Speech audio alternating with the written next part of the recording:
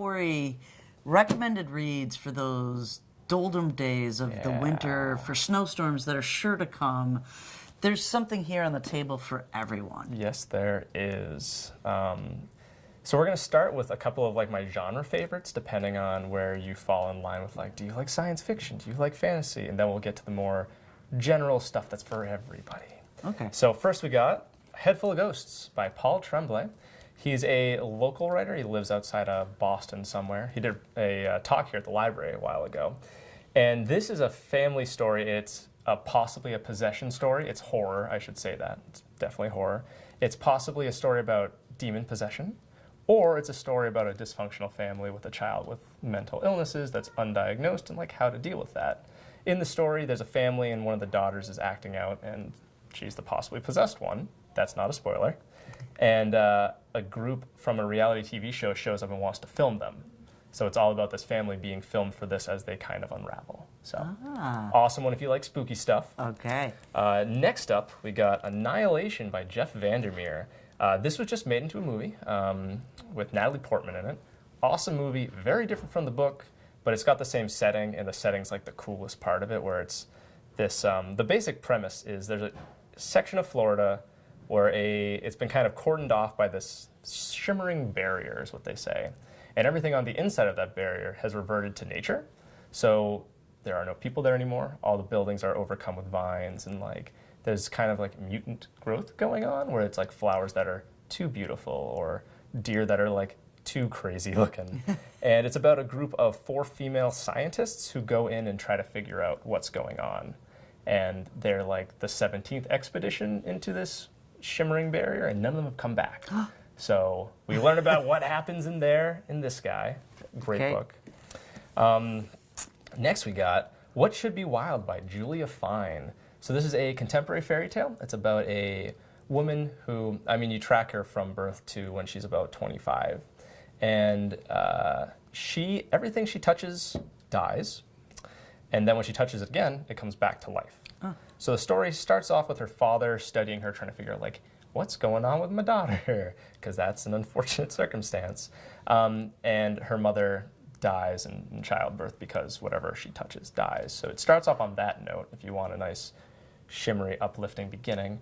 But there's a ton of humor in it. It's really funny, and the humor's like some good dark fairy tale humor, which if that appeals to you, it's a really good option. But you eventually track the daughter as she goes through her life, and she's kind of sequestered from society because she can't touch things or else they will die. And she doesn't want to live that kind of life anymore, so she wants to go out into the wider world. She's very trusting. She trusts some people that she might not want to trust. She trusts some people that she should trust, and there's a bunch of adventures that ensue. So that's a good one right there. So we got The Mere Wife by Maria Devana Headley. This is a retelling of Beowulf in contemporary times. It's about this one's cool. And it's very lyrical, it's very poetic. And some of the lines in here are just like, oh my God, that was a crazy sentence. Like, that is very well written. It's about a ex-military, a woman who was in the military. There was a bunch of, in the Middle East. She basically gets held hostage and eventually disappears from the eye of the government, and eventually ends up back home in America in suburbia, pregnant with a child that she doesn't really know anything about. It's a retelling of Grendel and Grendel's mother. She's supposed to be Grendel's mother. Her son is supposed to be Grendel. And they live on a mountain in an abandoned train station, which is like some of the craziest imagery you'll see. And the mountain looks down on a planned community of like socialites, and it kind of contrasts the impoverished ex-military mother with these absolutely loaded socialites. And as you know, as far as like Grendel goes with Harriet Hall, right. Shenanigans ensue. Yes, mythic shenanigans. Excellent. Yeah. So now we're getting more into just your straightforward literary realist novels, which are great hits with everyone. The Incendiaries by R.O. Kwon. This one's a fun read as far as like, I'm a big fan of the short novel, and this has been like the year of the short novel. There's been tons of them that have come out, like this one, the Third Hotel, Convenience Store Woman. And people love them because like you could sit down with this and read it in the course of a day. This could be like a 5-hour read if you really want to. This is a story of 3 main characters. There's an older man, a college-age guy, and a college-age woman. Essentially, the older guy is running a religious cult, and from afar, it doesn't really seem like it's that big of a deal, but when you really get into it, you're like, oh, most cults are not the ideal place to be. And the 2 younger characters, one is kind of enticed into this cult, and she sees a lot of like positive sides to it and is kind of angry about how certain things are going in the world at that moment. So it's kind of like a social activism or political activism movement that's going on. And the younger male is definitely not interested in it and sees from afar like this is kind of a bad idea. So they're in a relationship, but then this stuff starts happening and it complicates things. And then things get really out of hand really fast. And Aro Kwan does a really great job with short sentences. She creates these like very precise lyrical sentences. And some of the chapters are like a single paragraph.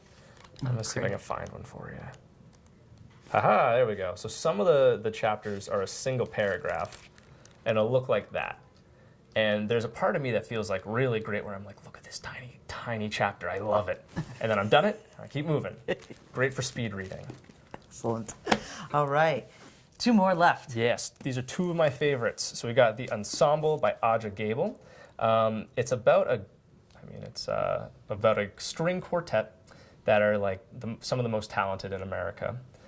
They essentially come together at a music institution, and it talks all about how they came together, the challenges of being in the classical musical world and being competitive with other ensembles, because apparently there's like tons of fellowships and awards you can get, and everyone's constantly fighting to be the best in their field. So it's a really cool look into contemporary music scenes. It's a really cool look at studying classical music. There's a lot going on between the different characters, whether it's romantic relationships, platonic relationships, romantic relationships outside of the group. And there's like a ton of tension that's built through the characters. Like it's a very strong character study. And I'm just really into the idea of learning about like what classical musicians do and how they perform and how they grow as a group. And it's a world like I've never seen before. Like I've got no way of checking that out. And this is a really cool look into that. So Great. that's Excellent. a fun one. All right. Finally, The last one, The Mars Room. which might be the darkest one on here. Yeah. So The Mars Room by Rachel Kushner. This one's been up for like every award this year. It was up for a Man Booker. I think it was up for a National Book Critics Circle. Some people pitch it as being like a more literary version of Orange is the New Black. It's about Rami Hall, who I think is supposed to be depicted here. She's a woman who gets imprisoned for killing her stalker, but the court didn't really see it that way. It's like it was very clearly self-defense, and I'm not giving anything away. This is what you learn in the first like chapter. And it kind of follows her through incarceration in the prison system, and you get to meet all these other inmates and like why they're there and kind of some of the issues that surround that subject and like some of the sad truths of like 15-year-olds getting arrested and how they can't get out of the system because they can't afford a lawyer. And it's a real strong look into that. But she also meets a teacher in the prison system who's teaching creative writing, and it kind of shows the way that you can kind of get out of your situation through creative means. So it's a cool analysis between their relationships, but it's also like insanely beautifully written. It's really heartbreaking. And if you're looking for like one of those dark literary like uber novels, this would be a good go-to. Like I can't say enough about it. So That's fantastic. Yeah. So there's plenty of books for just about everybody on the list, and you don't have to buy them. You can come here to the Yeah. library, check them out. How long is your checkout process? So it's 14 days, so 2 weeks. As long as it doesn't have a hold on it, though, you can renew it. And most of these guys that I've showed you today are, they're relatively new, but they're not new enough, so they have like 300 holds. So more likely than not, you can renew it. Excellent. So, and one other thing I'd like to say, though, is part of my job is what's called Reader's Advisory. So if you have an idea of like, I want a book set in early 1900s about Arctic exploration, and I want like a mystery that's kind of a whodunit, and you can throw all these different keys at me, or keywords at me, and I will ideally match a book for you. And so that's one of like the big things, or big parts of my job, and it's one of the things I enjoy most. So if you're looking for something obscure, and if you're like, I want to learn about beekeeping in Scotland in the 1700s. I don't know if that actually occurred there at that time, but I can try to find a book that relates to it. So That's fantastic. all the options. Thanks so much, Corey. You're very welcome, Paula.